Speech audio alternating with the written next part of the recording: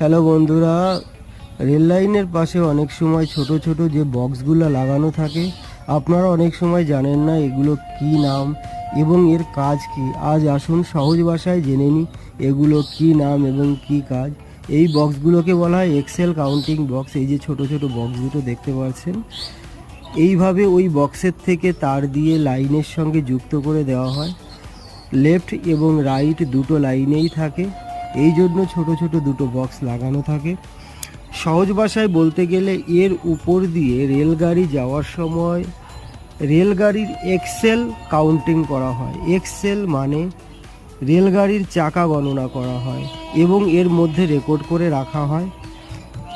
এবং সামনের যে 2-3 কিলোমিটার অন্তর অন্তর যে এক্সেল কাউন্টিং বক্স আছে সেটাকে পাঠিয়ে দেওয়া হয়, সেটাতেও একইভাবে রেলগাড়ির চাকা গণনা করা